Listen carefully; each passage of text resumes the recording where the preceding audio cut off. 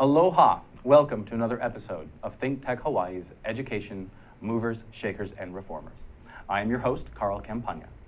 Many people believe that education can be the silver bullet or the linchpin that can help solve problems like homelessness, drug addiction, social division, and income inequality.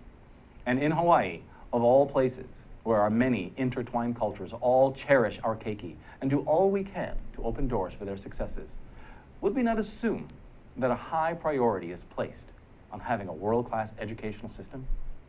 On this show, we talk about the programs available to our keiki, the quality of our facilities and infrastructure, addressing deferred maintenance, increasing the number of cool rooms for our keiki and teachers, a more comprehensive curriculum approach, as well as appropriately recognizing and valuing our teachers and administrative staff. And perhaps most importantly, what life and career opportunities are we providing for our keiki to thrive today and tomorrow? Today, our guest is Mr. John Bickel, a 27-year veteran as teacher at various schools, including Iolani, where he currently teaches. He also has experience teaching history at local universities with a focus on American government. He's also president of Americans for Democratic Action, Hawaii chapter, and serves on Board of Progressive Democrats and Democrats of Hawaii and Central State Committee for the Democratic Party. Please welcome Mr. John Bickel. Aloha. Thank you for having me. Thank you so much for being here. Appreciate it. So one question I like to ask everybody is, so you're a teacher, you're in the teaching profession. First of all, thank you. Second of all, why? What's your motivation? What drives you to do that? I studied a lot about government and history as a high school student. And I think I was driven to teaching because it's a way to do a lot of things for the youth, for the future generation.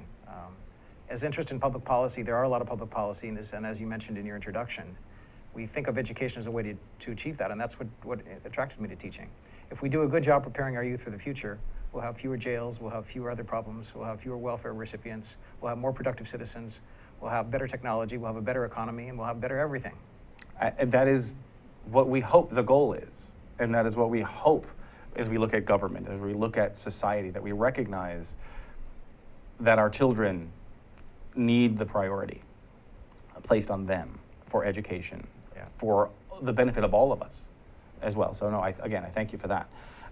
Okay, so one topic that we need to jump into a little bit is you teach American government, and I think this is a great conversation, especially this year, presidential year, election year, so there's a lot going on this year. It's a big year. So from your perspective, from your experience, how does teaching American government affect public perception? It affects public perception in that the students are going to be citizens. And if the students know something about civics before they leave high school, they'll be better citizens. Unfortunately, I think we're doing a very mediocre job of that, and I think Common Core has been a big problem. Common Core took out a lot of the content for social studies education. And as a result, educating people to be citizens is no longer one of the goals. And there are a lot of schools, including some private schools, that don't think at all about citizen education. They think about history education and making students good historians, or being prepared to be historians, or being prepared to be good social scientists. But to me, that's not the key goal of all education. If we look at when public education started with Thomas Jefferson, his interest and his demand on having a citizenry that is educated is that if they're not educated, they cannot survive in the democracy.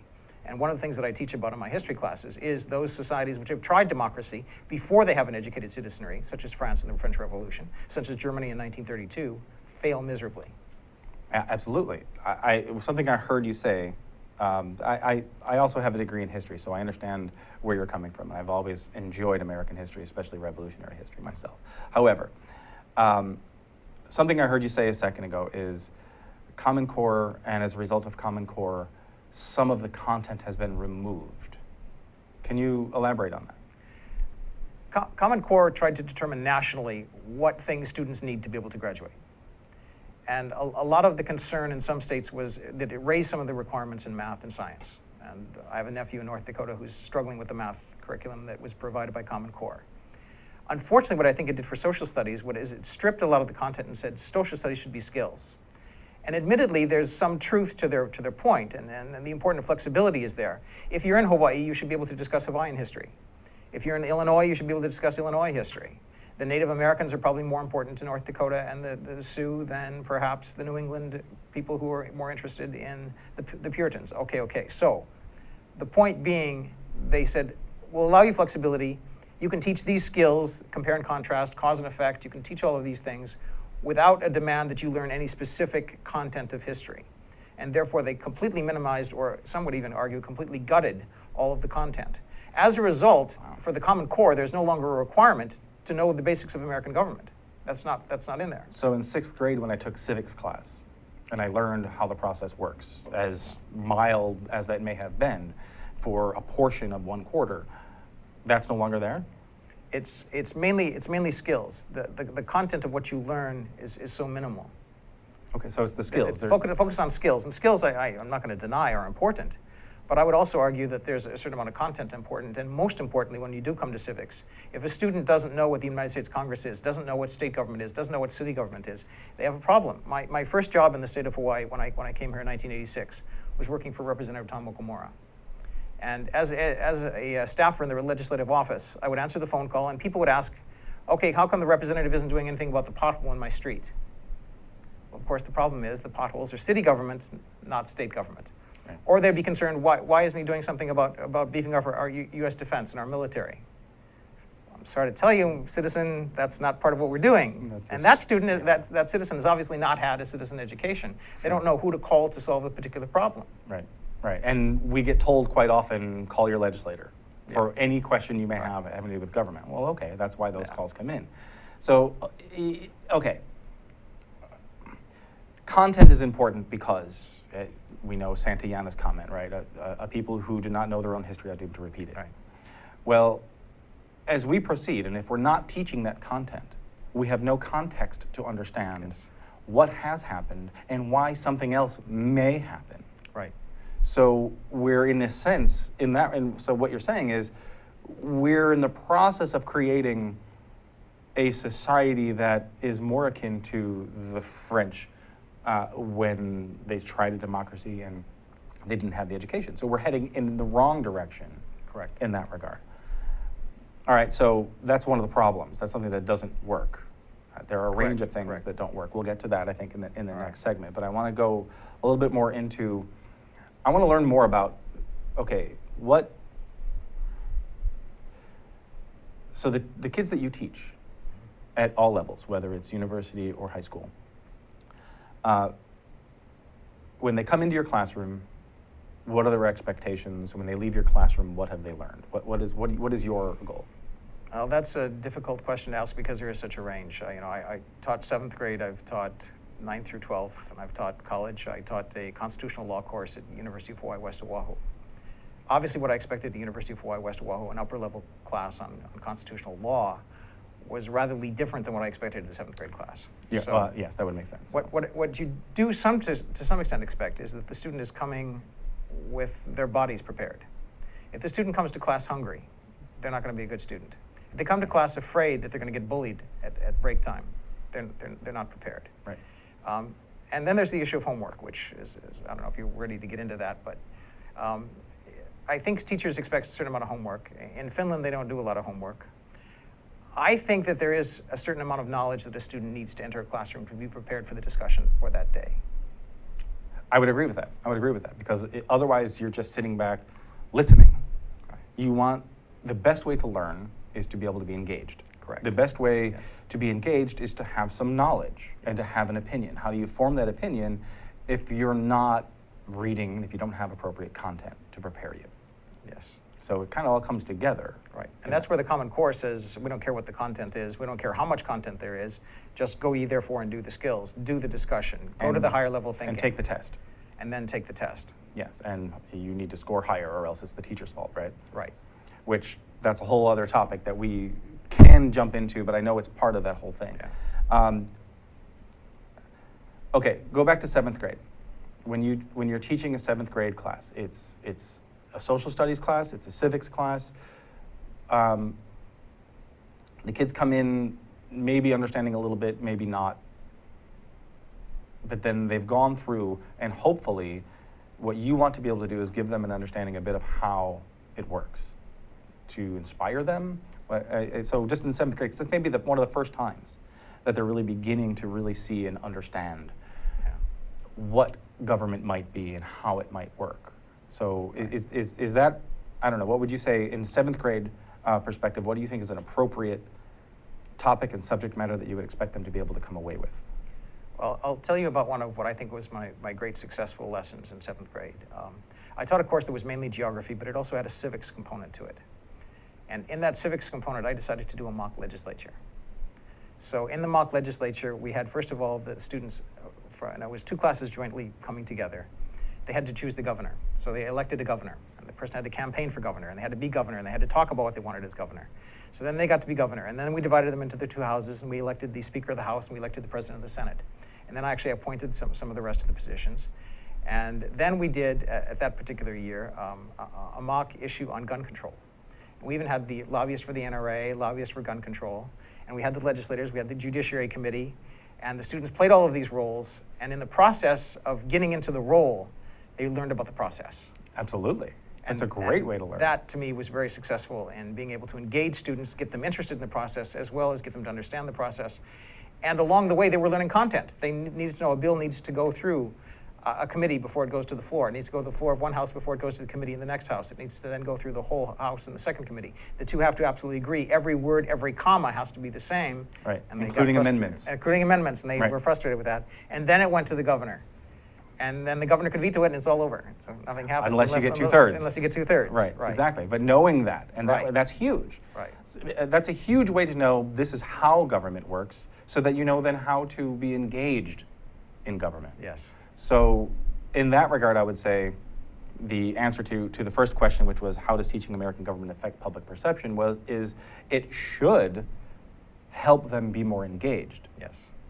So many of the kids, and I've actually seen a number of kids coming out, and it's amazing, a number of kids coming out that are more involved in student government, a number of kids who are at the university level who study political science and who are engaged and get engaged in a lot of the campaigns that we have here in the state. And a lot of them are very active, and a lot of them are very busy, and amazingly so, that it's really impressive that they have that much time. So some of them they're going to be lifers. Yeah. Some of them are not. What are some of the things that occurs, maybe, what do you think, what's your opinion, of some of the things that occurs that creates what becomes the apathy? That suddenly we go from, oh, I was really excited, I love how this works and it's great, to why vote? There's no reason to vote, it's going to be the same people, it's going to be the same issues, my vote isn't going to count, isn't going to matter. How do we get there? I don't know if there's an easy answer, but why does that happen? Well, I think you hit on it. They get frustrated. They try the system, or they see the system not working, and therefore they opt out. And again, starting with that 7th grade level, I see students who are very interested in student government at the 7th grade level. Student government becomes ineffective. The person they don't like, whatever reason, they opt out, and they're not active in student government when they're juniors and seniors in high school. That makes sense. The same thing happens with the political system. They will start in their high school years, and particularly this year, I have a significant number of students who are very excited about one campaign or another, most of them, to be honest, for Bernie Sanders. But what's going to happen to them if Bernie Sanders loses the nomination? That's a good question. How much do they understand why they support Bernie versus Hillary versus Donald Trump or Ted Cruz? Has that been something that is part of their process of choosing? Because oftentimes it's, you know what, I heard I'm going to get something for free, so I want that. Well, okay, first of all, it isn't really free, and second of all, what are the principles, what are the core principles that you are behind? Not necessarily the one individual, but that one individual has an idea of how to achieve those core principles. Yeah. And you're sophisticated enough to know that there's an ideological position, there's a lesser candidate and an even lesser candidate, and you're choosing among the alternatives, and you're never going to get exactly what you want. The student who has that level of sophistication is likely to stay on, and if they're currently a Bernie supporter and Hillary gets the nomination, we'll be supporting Hillary. Which is what, from the Democratic Party perspective, what we would hope. Right.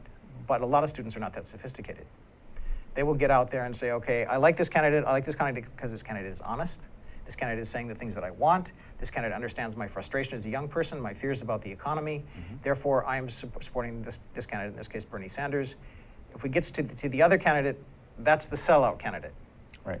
and then completely turn it off at that point. And that, of course, is not what the Democratic Party wants. It's the same thing is going to happen, by the way, on the Trump side. I don't see a lot of this, but I'm sure that there are some people out there who are very excited by Trump and very after Trump because he speaks my mind. He understands where I'm feeling. Not necessarily what specific issues, but understands where I'm feeling. So you hit on, I think, one of the biggest motivators is how you feel viscerally, how you are emotionally connected to an issue or a set of issues, or perhaps subject to a way someone is explaining the issues to you. I think even an attitude. I think students are attracted to a particular attitude. So that actually is the key reason why many people believe, anyway, Donald Trump is having the success he's having. Yes. Because he's reaching that visceral anger, he's deliberately delving for that so that that's what's coming out. Right. Well, yeah, okay, we want everyone to vote. We want people who haven't voted before to stand up and vote. But again, I will always ask, why? Right. Why? It's not about this person necessarily or that one issue or how you feel about this issue as much as it is what are the core principles of what we're trying to achieve and how do you think is the best way to achieve it? Yes, that's perhaps a more sophisticated or nuanced way of assessing it. Most people aren't going to think that way. They're just going to think, you know what, I like what he said, I agree with that, I'm voting for him. And I don't have the time to think about it past that. Right. How do we break that? Because that's tough. That is tough. Because they're likely to come away with frustration, as I said. And once they don't have that connection to that feeling, and they don't have the sophistication to understand the issues. So, I would say, I'll just interject, it's not, I don't think it's always they don't have the sophistication. In my opinion, I think it is, they don't have the time often to be able to really look at it and think about it. And that, one of those reasons is the socio-economic challenges that we have. You know what, I have 3 jobs. You know, Obama created all these jobs, that's great, I have 3 of them. Is what I hear some people say. I have 3 of them, that's wonderful. And you know what, because I have 3 of them, I can't actually spend the time with my kids. I can't actually spend the time getting engaged with what this person's talking about or that person. So you know what, I heard that, I like that, I'm aggravated, fine, I'm done. Yeah, so, okay. We do have to take a break. All right. Again, thank you for joining us. This is Think Tech Hawaii's Education, Movers, Shakers, and Reformers. I'm your host, Carl Campagna, and we have Mr. John Bickel with us today. We'll be back in 1 minute. Thank you. Hi, I'm Donna Blanchard. I'm the host of Center Stage here on Think Tech.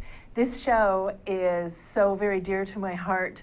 We talk with artists of various different ilk here about the process that they go through for their art. So we talk about what they're doing, why they're doing it, how they do it. And it's a show that is inspiring. This is what I hear from people all the time. And a show that will teach you something, sometimes something about yourself. I hope you'll join us. The show is Center Stage. It's on Think Tech every Wednesday at 2 o'clock. We'll see you then. Aloha! Hello, my name is Patrick Bratton. I'm host of Global Connections here at Think Tech Hawaii. We broadcast live every Thursday at 1 p.m. We bring Hawaii to the world and the world to Hawaii, talking about international events and various things of interest to the audience. Please join me. I look forward to talking with you and having you get to meet some of my guests. Aloha. Aloha, welcome back to Think Tech Hawaii's Education, Movers, Shakers, and Reformers. I'm your host, Carl Campagna, and once again, we have Mr. John Bickel, who's joined us today. Once again, thank you. Thank you. Appreciate it. Great conversation in the first segment. I think we could spend hours just there, in so many different topics there. What I would like to jump into next is something that I know you had actually asked that we talk about as well, which is what is currently working and what is currently not working. So let's start with, okay, what are some things that you think are working in education?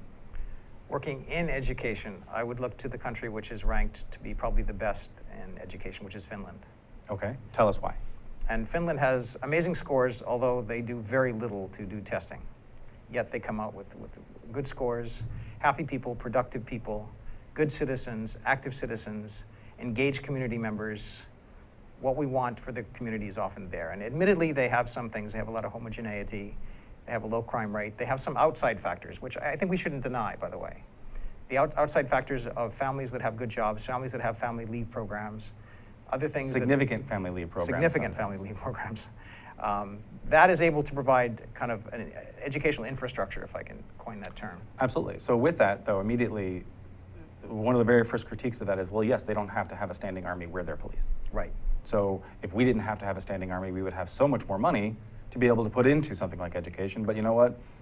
We've taken on the mantle of the world's police, so therefore that's what that is. So they get to benefit. Correct. Well, is that a fair critique? And what does that really mean now from that perspective? Because great, but then what? Yeah, I see that as an excuse, but not as an answer. Yes. And I think the answer still goes back to what they're doing right, and they are spending a significant amount of their resources in education. Where they started is probably something that a lot of people are not going to like. They started, believe it or not, by banning private schools. They banning private schools. They banned private schools. So what that did was it gave everybody in the community an investment in the public school system. Sure. And as a result, their public schools are incredibly great. The first step that happens with that is in the heterogeneity of the classroom. If, in fact, you take really good students and you put them into a lower classroom, the student in the lower classroom is going to see this higher student as the standard they have to reach. Yes. So one of the things that really works well in Finland is the heterogeneity, that they've got some top students with some really good family backgrounds coming into the classroom with the average student and the lower student. And that starts to raise the expectations for those other students. And that, right, I really think is important. Now, I'll jump in there. My son, we're very fortunate and proud. My son goes to Kamehameha schools. He got himself in. He did great on the testing. I think he got himself in partially because he runs his own business, agricultural business. So good for him. So that was a plus for him. But what I've noticed is exactly what you're saying. He has this whole idea in his head, but it actually started before Kamehameha schools. It started at Ma'e, which is one of the feeder schools, right? Yeah. So this idea of, yeah, that's the best, that boy over there is number one in class in math. And he would tell me that. I'm like, okay, well, good for him, good for him. How does that make you feel? Well, I would like to be number one in class. I said, okay, well, what do you want to do about that? Well, I want to work harder on that. Oh, good, okay, do you want me to help you? I'd be very happy to help you. Yes, how can we do that? Okay, great, well, let's look at your work. Let's talk about it, let's think about how this works. Okay, great. He decided on his own that he saw, and all I ever told him was, you know what, I'm not worried about you getting A's and B's, I'm worried about your effort. Put your effort in, the grades will come. Yeah. And he took that, and then he decided that there was an achievement he wanted, and then he worked on becoming that, and now he is either at the top or near the top in most of his subjects. So he's taken that on himself. So again, that's him. Yeah, we guide him, but Yeah. he has to make that choice, right? Right. So some kids aren't there. We're licensed foster parents. We see that kids that come in that are nowhere close to that. Yeah. And some of that is a cultural issue, socioeconomic and cultural issue. They come in, you know, we had one little girl who showed up and said, well, education isn't important. My only role in life is to be a mom eventually. She was 9 years old. Yeah. Well, okay. She was able to see my wife as a leader, an advocate, and she's a business owner, she's a boss. That startled her. She's like, how is that possible? But there began, oh, wait, I can be more. So it's example, having an example more than what you can immediately see sometimes, but then where's the follow through? So, okay, I'm going off with that, but Can I bring that back to the point? Please. It reminds me of a student I had at Campbell High School who was a Samoan student.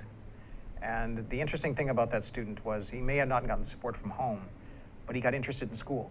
So even though the kids that don't come from the privileged backgrounds.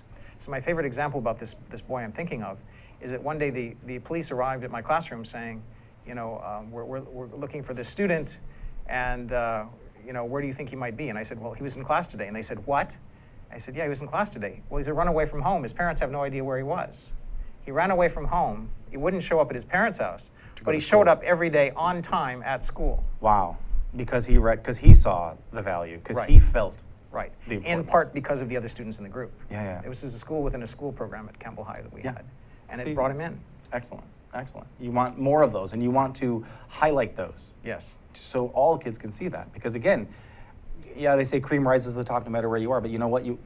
That cream also needs some good guidance and some good examples as well. So okay, so Finland, there are a number of positive things that can come out of Finland that we can see as examples. What you were suggesting is they're not making you take tests, but they're teaching you. Would you say that it's the holistic approach, teaching the whole child approach? I do think it's teaching the whole child approach. I think the second thing that they did is put a lot of resources into paying their teachers. Okay. And as a result of having very high paid teachers, the cream of the crop in Finland goes into teaching. You Not- make it a profession. You make it right. a respectable, desirable profession, and more people will want to go do that. Yes. And there are people who know their subject area. And I think that's something that's often neglected today, is that we don't necessarily think that the teacher needs to know anything. The teacher often is called a facilitator. And so therefore you need to facilitate. You don't really need to know science to go into a science classroom. Yeah. Corey Rosenlee, the president of the Hawaii State Teachers Association, will tell you that he has a daughter in public school who's had a science teacher for quite a few months who is a sub and knows nothing about science. Yeah. And he will tell you that his daughter's learning little or nothing in that classroom. Yes. So, I mean, the idea that we just can have facilitators and somehow, therefore, it'll work, doesn't work. Finland shows that if you get somebody who's a real expert in their field, somebody who's an expert in their field has passion for the subject matter. And that bleeds to the will- children. Exactly. That gets to them, and it gets them inspired, not just to learn, but then to take it maybe to another level, maybe. To show them, look, maybe I can go do that as a profession. That was wonderful. I love that. Because we all have a teacher, right? Most of us have that one teacher. I think you might be that teacher for some people. But most of us have that one teacher. Maybe if we're lucky, we have a few teachers that inspired us to work harder, to do more, to think about, well, maybe I can go do that someday. And that teacher doesn't come by just because, well, I'm a facilitator. That teacher is there because, you know what? I have a desire to teach and share the knowledge and to help these children, but I am an expert in this subject matter. Yeah. And I think that's very true. I know, talking with Corey Rosenlee, he was on our show like a month and a half ago, I think. He was saying very similar things. You know, and for example, he said, well, about 50% of the teachers we currently have are teaching something that they are expert in, or that they went to school for. Yeah. And my mother-in-law teaches Hawaiian studies at Jefferson Elementary, and I had a really good conversation with her about STEM and teachers and so forth, and she let me know that she's aware of two teachers, an art teacher and a music teacher, who were given the choice. Go find another job somewhere else because we're cutting your programs, or learn to teach STEM. Yeah. So what do? They learn to teach STEM. So these are art and music specialists that are now getting themselves re-mentored and retrained to teach STEM. Well, apparently they're doing well. I don't know how you gauge that in all cases, but apparently they're doing well. But one of the reasons they're doing well is they are actually being given the opportunity to teach STEM from their more artistic perspective.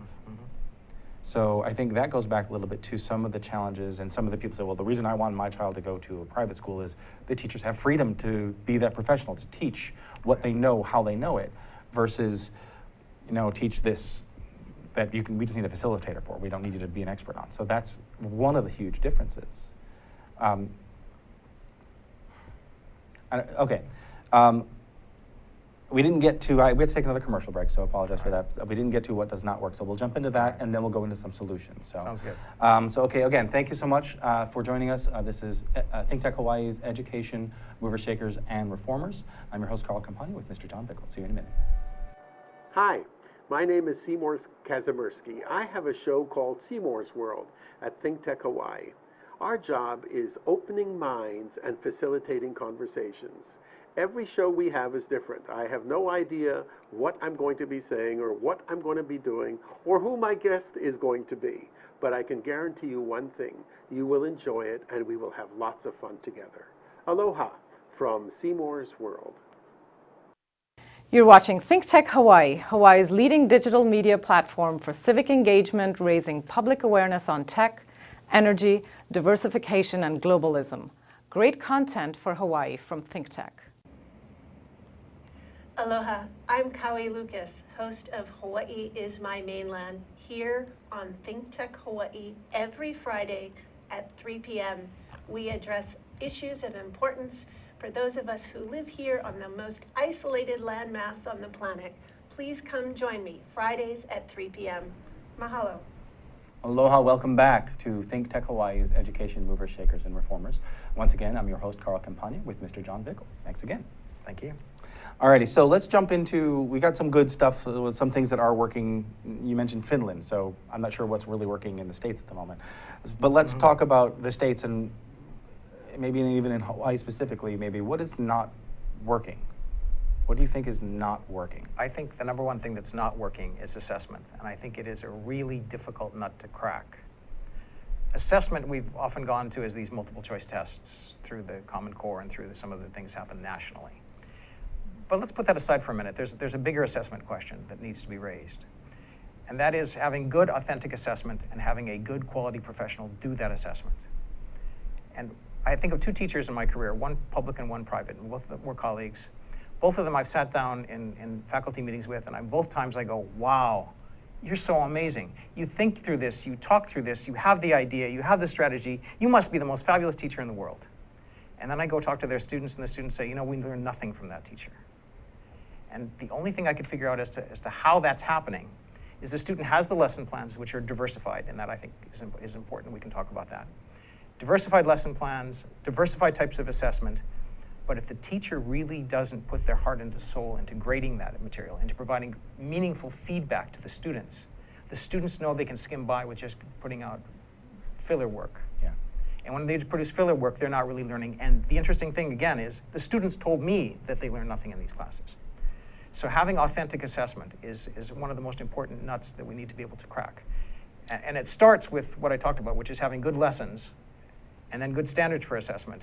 And then the teacher who's going to rigorously pursue that assessment, and the students know they're going to rigorously be pursued so they can rise to the true standard, not just do filler work. So there are two areas of assessment. There's the keiki assessment and their exam scores and their educational assessment, but then there's also the teacher assessment.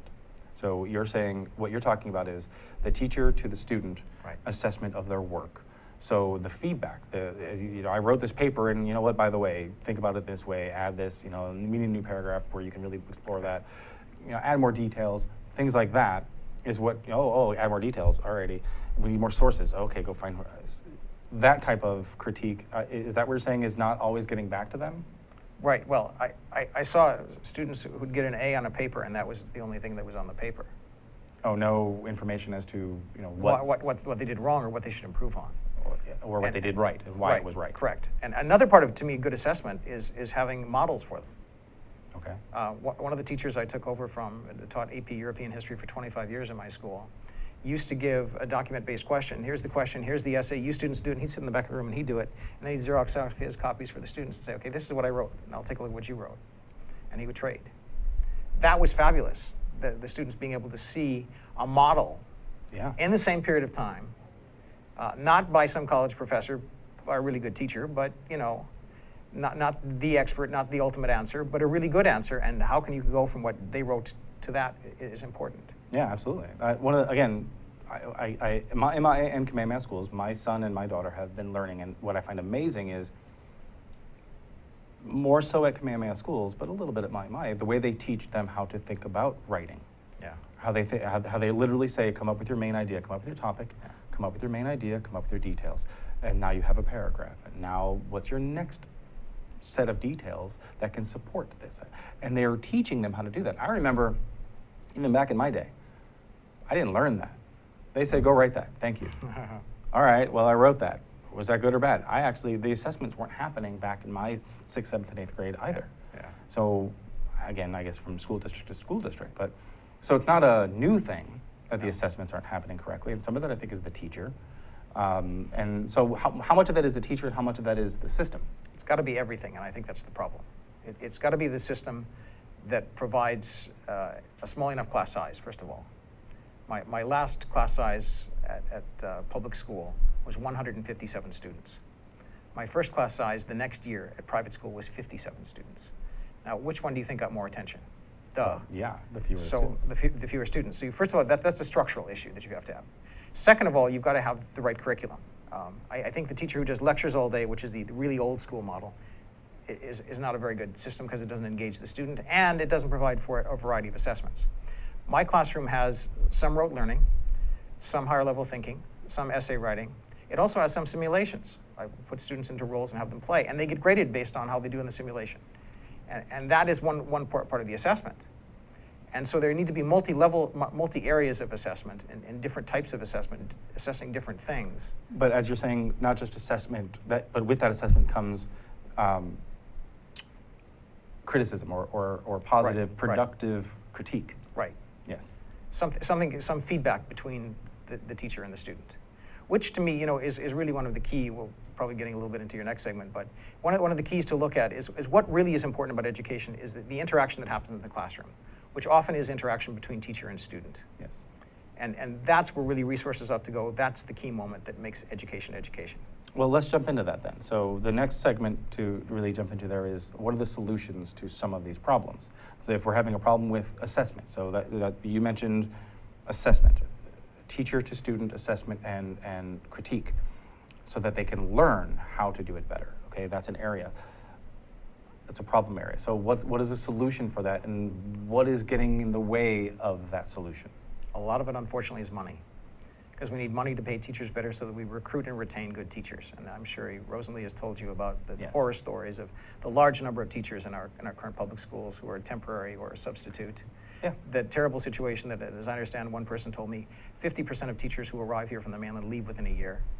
Those are big problems. Same is true at UH level. Yeah. They'll come here for their contract terms and then they'll Yeah, leave. Right. So we need really much better pay. We need better facilities, and we're working on that with the cooling plan going through the legislature. That's one piece of it, yes. And that is only one piece of it. I judged a speech and debate, and I went into a public school very recently and was appalled by seeing pipes hanging out and seeing walls falling apart. Yeah. Ultimately, I know the studies show that doesn't make a big difference, but it makes some difference. Well, it's a relevant difference. If you are a student, and one of the things that I remember when I first started to visit colleges, Yeah. what excites you is you walk onto that campus and you look around at, wow, Yeah. this is an amazing, with huge buildings, and I get to take a class in that. Wow, that's an inspiring thing. So if you walk into your classroom and you've got pipes hanging down and the paint is peeling off and there's crumbling happening on the floor, you're not feeling as good about your environment. Yeah. So now immediately you have a negative attitude because, well, I'm here in this room again. All right, and then the teacher's talking to me about something, and all right, fine, and I'm a teenager at this point, so I care even that much less now. So yes, it matters. That's the deferred maintenance that we talk about. Yeah. And it's not just infrastructure upgrades, that's different. That's making sure that we can get air conditioning into the classrooms. Right. But then there's also the deferred maintenance of all of these buildings that are crumbling and falling apart. And some of them are good, some of them are just not. Yeah. So, okay. Also, So- class size. So Class size, Class yes. size needs to be important. And finally, the whole system needs some change. From the very structured, singular, take a test and learn how to do it this way, to the more holistic I'm approach? Is thinking that- the whole system pre-K-12, Okay. pre-K university. Okay. The highest paid person perhaps in the system is the president of the University of Hawaii, or the athletic director of the University of Hawaii, which shows even more how off kilter Yeah. we are. Yeah. And one of the least paid people are preschool teachers. Yeah. When all the education studies show that the most important years are the youngest years.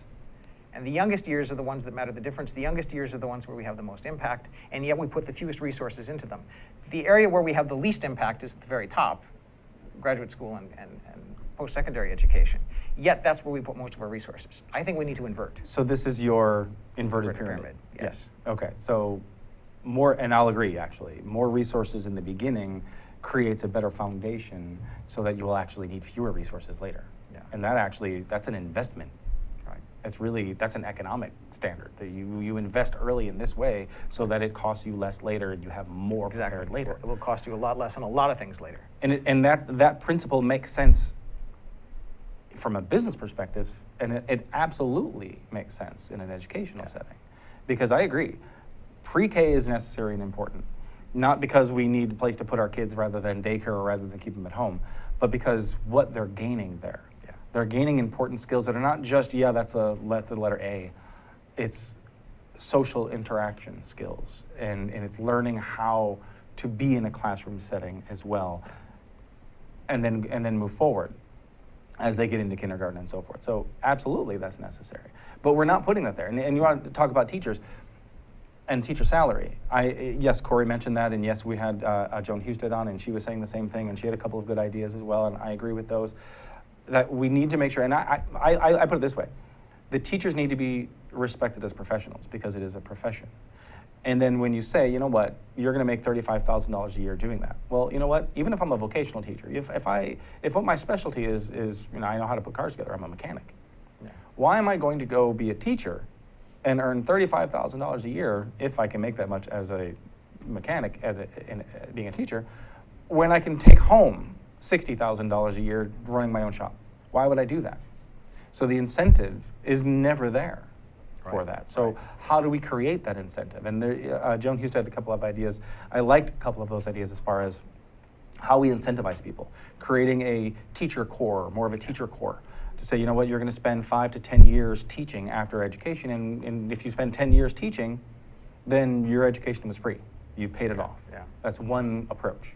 How that gets done number-wise is a whole other question, but I like that approach, is trying to find new ways to bring higher quality professionals into the teaching world. So, okay. So, what are some other solutions to some of the problems? So, if the problem is assessments, it's not the only problem. There's infrastructure, there's technology. Not all of the students today have the technology that is available to them than others do. Right. So, okay. So it all comes down to money. Yes. And I know when Corey was on, and what his big bill was this year was we need to bring more money to school. So how do we get that? And that's always the question from coming back to governmental perspective. It's always the question, where do we find the money for that? My question is this: why do we have to have education be on the outskirts of that conversation? Why can't education be made the priority? We say, you know what, this is what education needs, we're going to fund that first, and then something else down the line has to get figured out how we're going to pay for that. Why isn't that done? Why doesn't that get inverted? And that's back to what your whole theory is. So, so okay, I think we're unfortunately at the end. All right. So we have to close up. So I really do appreciate the conversation. I would love to have you back again to talk more. Love to come back. And certainly, I think that I'll be here through June. All right. So please, perhaps after the semester's end, we can have you come back. We can talk more, as well as about the end of the session, and get some of your thoughts about that. So that'll be interesting. All right. Okay. Again, thank you so much, Mr. Bickel. Appreciate it. Thank you. And thank you once again. This is Think Tech Hawaii's Education Movers, Shakers, and Reformers. I'm your host, Carl Campagna. We had our wonderful guest, Mr. John Bickel, today. Thank you to the entire Think Tech staff and crew. Everyone works very hard to help make this show look as good as it can, and I truly appreciate them for that. So thank you. See you next week when we will have Ms. Kerry Shinmoto, Sherry Idue, and Christine Toyama, where we will be talking about the Teacher Mentoring and Induction Program. Thank you again. See you then.